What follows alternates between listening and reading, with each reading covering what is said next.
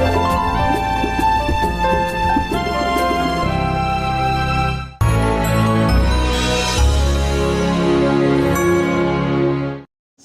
perkenalkan kami dari kelompok 8 ingin memaparkan tentang materi penistaan agama yang dilakukan oleh TikToker yang bernama Murteja. Saya Erlangga Permen Manurung dari Fakultas Teknologi Pertanian dengan NIM akhir 1071.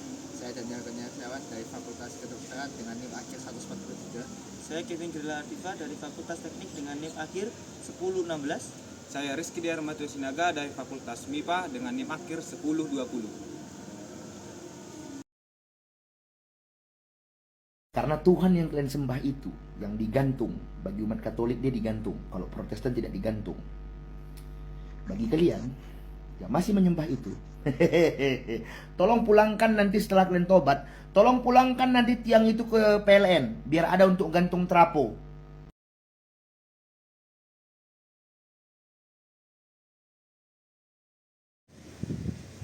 Kasus penistaan agama yang terjadi pada Deli Serdang, Sumatera Utara yang dilakukan oleh TikToker bernama Fikri Murtad atau yang lebih dikenal dengan nama Murteja.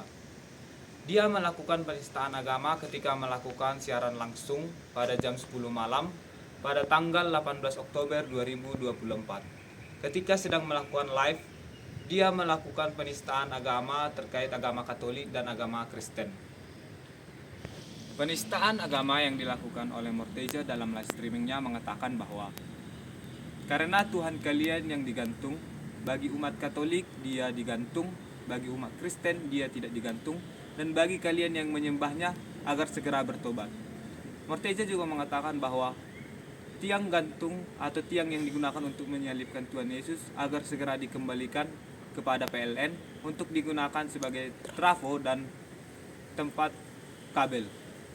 Dari pernyataan tersebut, banyak penonton yang merekam layar sehingga video pernyataan Murteja tersebut diviralkan dan diunggah ke media sosial yang mendapatkan banyak kritik mengenai penistaan agama.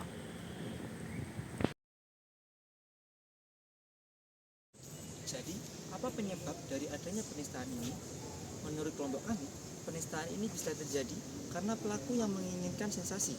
Menurut Fatir, setelah diadakannya pemeriksaan, didapati pelaku melakukan aksinya untuk mencari perhatian penonton dan bisa mendapatkan keuntungan yang sebesar-besarnya dari live Instagram tersebut.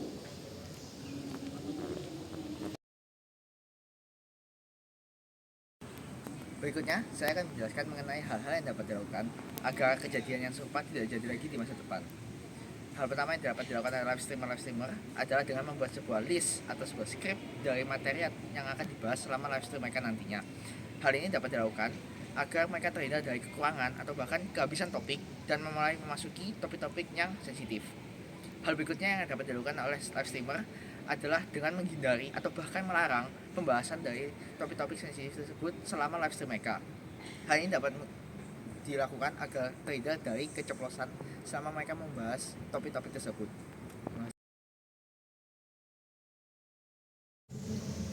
Teori dialogis dan kerukunan.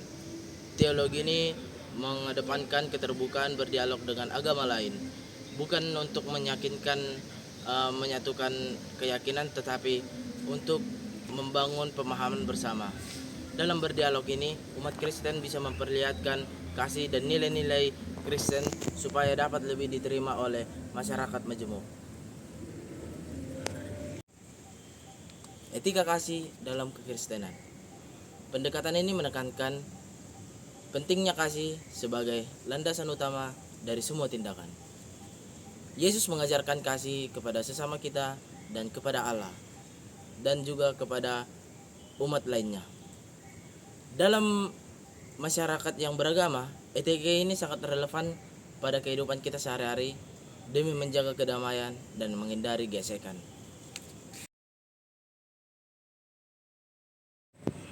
Pada tanggal 21 Oktober 2023, Murteja ditangkap di Jalan Pengabdian, Desa Bandar Klipa.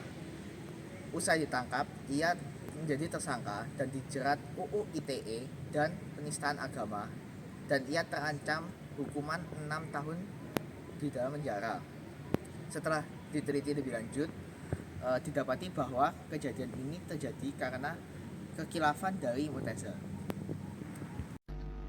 It's on the sheep. It's on the sheep. Ya sonsi, ya sonsi, ya bermain dengan yang tak bisa membeli. Jangan lupa.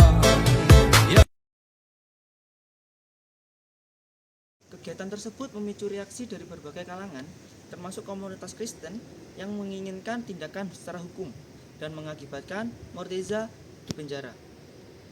Demikian materi yang bisa kami paparkan. Terima kasih. Shalom.